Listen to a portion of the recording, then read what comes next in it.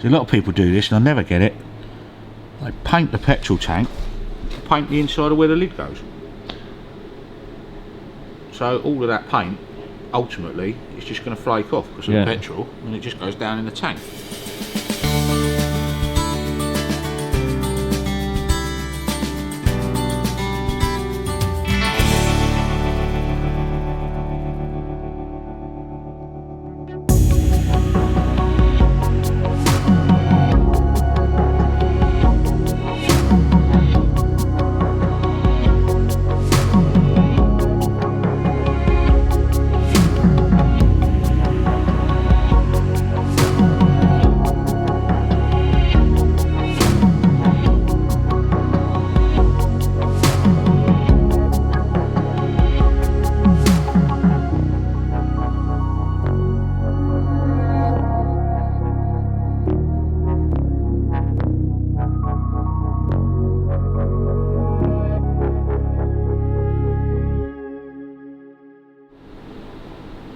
(1957) Douglas Dragonfly, obviously with the Stibe sidecar, Steve Stibe, I'm not sure how you pronounce it, but it's a 500 and normally 350s. I think Bob said they only made 4 of them or something, so it's quite a rare bit of kit, I think. The petrol tank's got rust in it, so we need to take the tank off and try and seal it and see what's going on in there, if you can get the cap off. Yeah. Ha! It has got rust in there, but I wouldn't say it's the end of the world. So a lot of people do this and I never get it. They paint the petrol tank, paint the inside of where the lid goes. So all of that paint, ultimately, is just going to flake off because of the petrol, and it just goes down in the tank. So how would you approach the tank then? Is it you've got to get the tank off, obviously. You can do all sorts of things. People put solutions, put drywall screws in them and shake them all around to loosen all the rust off and stuff like that. Then you flush them, depending on what tank sealer you've got, and you go from there. It's had busted forks at some point, but it does look like it's been repaired properly. Plug weld there, look. And that's how they built them, but I wouldn't have thought so. Have you come across this kind of bike before? I know you said it's very rare, but I've never worked on one, no. But see, the originals were a single carb. What was it, a British bike? Or? Yeah, British, yeah. They were involved with Vespa at some point, Vespa Douglas or Douglas Vespa or something, in the 50s, I think, or the 60s. Yeah, originally they were a single carburet. You just had a tube that went from there to there on both sides, and one carburetor there. So that was your inlet manifold as such on the back of the gearbox. I know the throttles are sticking. Just check all the oils all the way through. That was the throttle shutting. So the electronic ignition fitted by the looks of it, because it runs off a car battery in the sidecar. So we'll have to check it all through, make sure it all works. So the pictures I saw online, I don't see any with sidecars. No.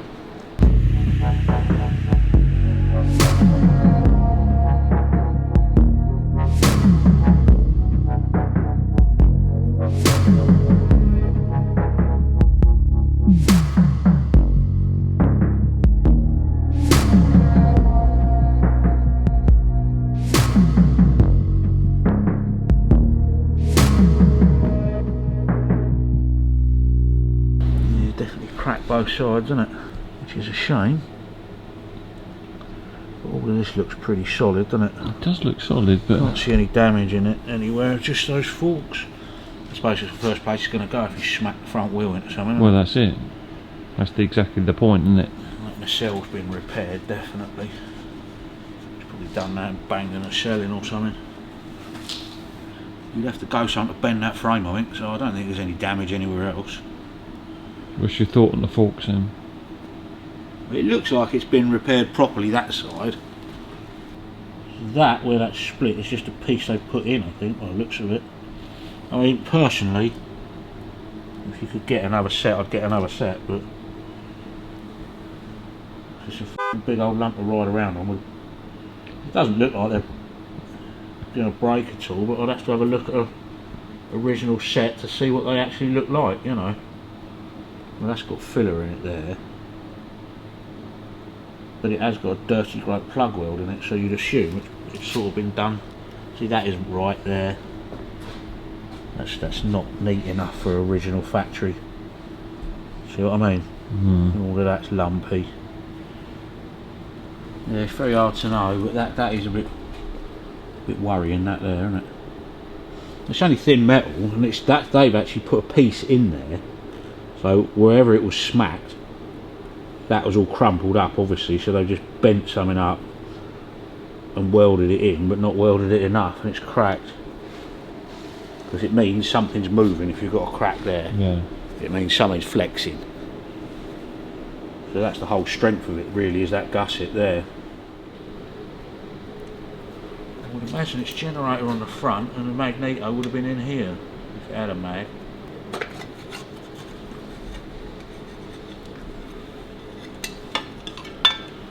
Yeah, it's been converted. So you've got no advance and retard. Normally you'd have had a magneto with an advance and retard lever and points, but that's all electronic now, so that's a good thing. Leave that well alone. Right, I know the carbs are sticking, so they've got to come off. That's miles too stiff, all of that. So they need looking at, probably balancing. So we'll whip those off in a minute and have a look at those. See that one just shutting again? Yeah. So we don't need to get into any of the wiring, because that's, in theory, should all work. Go through the lights and see what happens with it.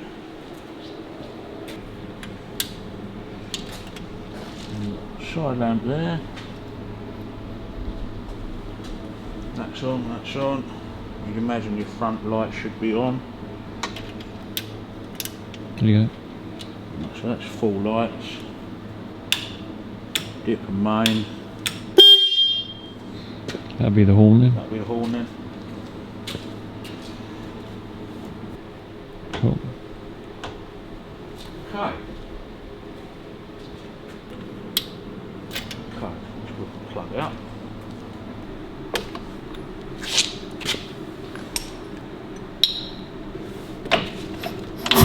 Yeah. Okay, so we've got sparks. Let's put that back to off.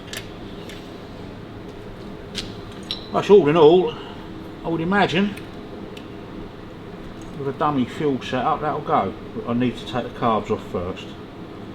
It's all sticky and horrible, and if it's been sitting with fuel in it, it'll all be bunged up. And then it's just give it all a check over, you know, and seal the tank. See what it sounds like. If the tappets are rattling, I might have to do those. Check all the gears are working. Tighten up that. All the usual stuff.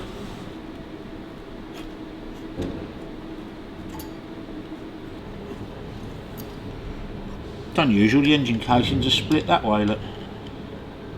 A lot of the boxer engines, they're cast in one piece. Okay.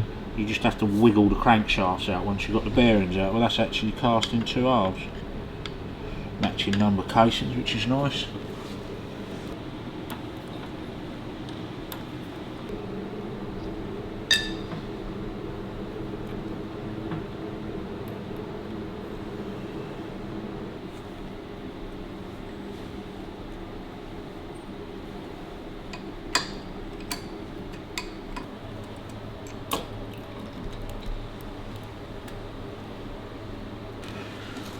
Yeah, originally, look, that would have been a tube from there to there, and your one carb went there. Okay. And obviously that, I would say, looking at that hole there, was an air filter.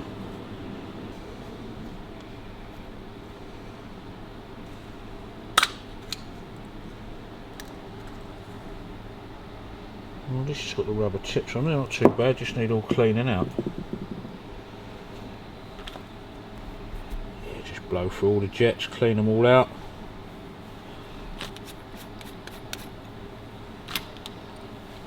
That's your idle, that's your mixture screw. Don't look too bad. Give them a clean up.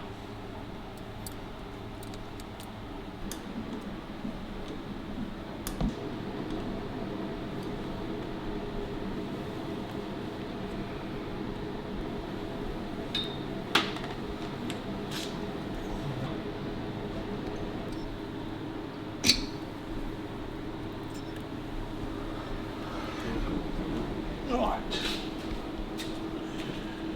See, on that side, that carb sits that way, that carb sits that way. So on that carb, you just got blind screws for your tick over and your mixture. But because that side is away from the engine, that side's facing the engine, you'd never get a screwdriver in there, so they put those in there. So you can turn them.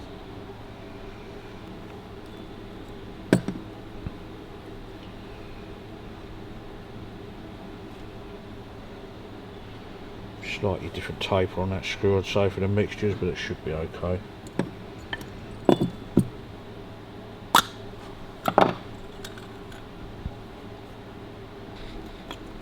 Yeah, just need a bit of cleaning up, that's all.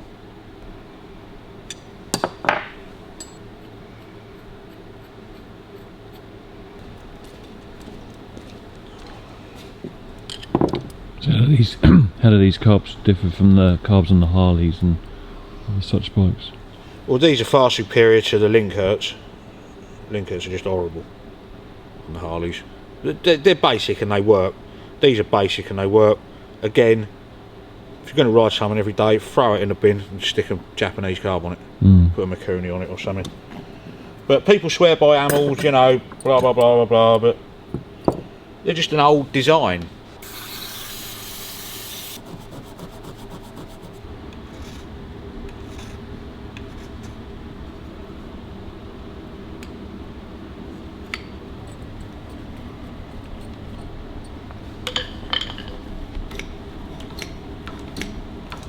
Didn't take much then? Nah, it's just where it's been sitting and it's dry. You probably could have put petrol in it and it would have gone and freed itself up, but you know, for the sake of 10 minutes you might as well do it, you know. Shouldn't really need sealer on these. Both your flange plates are flat. They're kind of self-sealing, are they, with the... Yeah, well, that rubber O-ring in there does it. You can't over-tighten them. People over-tighten them and it just ends up bending the back of the carburettor. Yeah. And you're not solving anything.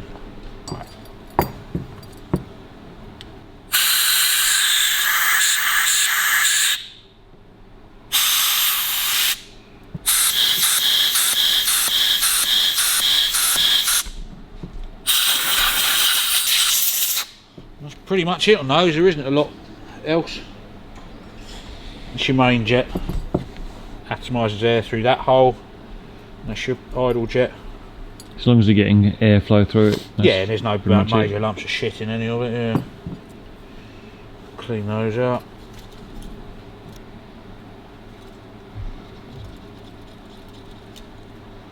That's your needle jet, which you're never going to get anything big enough in there to block it up, that's for sure.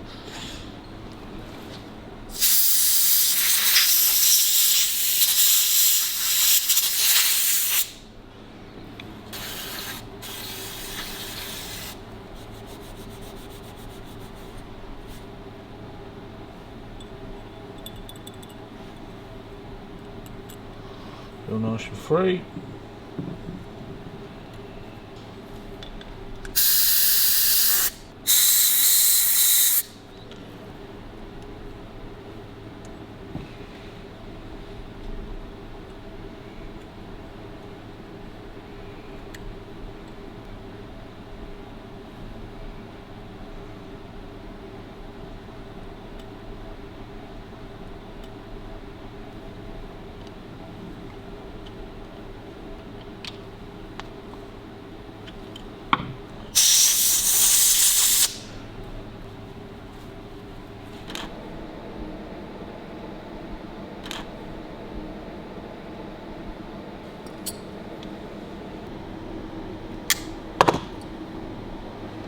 Okay, right, he's good to go back on.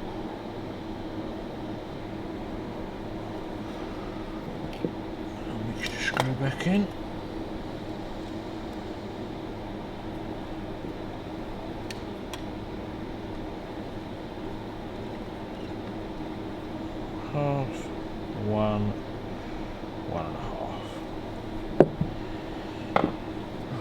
done.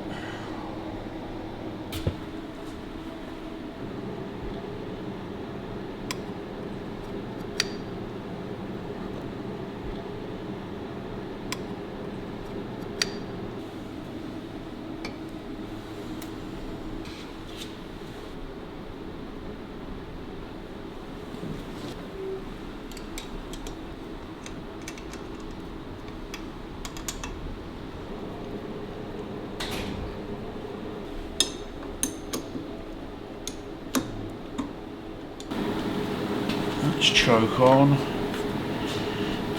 Let's ignition on. See what happens.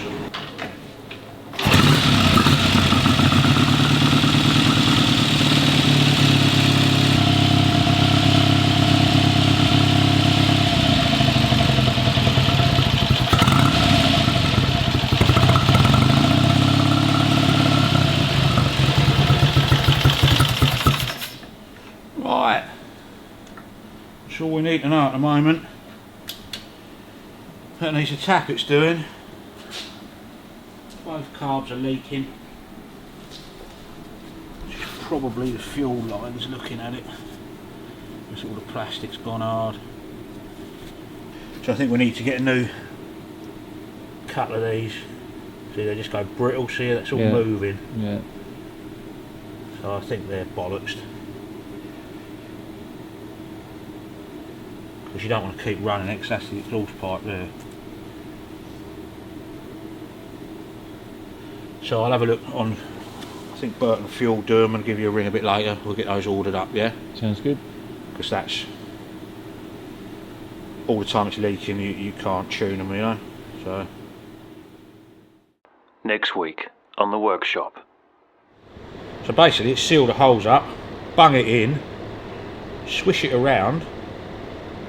I'll have another read just to make sure, but once it's all covered, then you drain off the excess, and then you put it in our patented cardboard box oven and cook it for 24 hours at 20 degrees centigrade.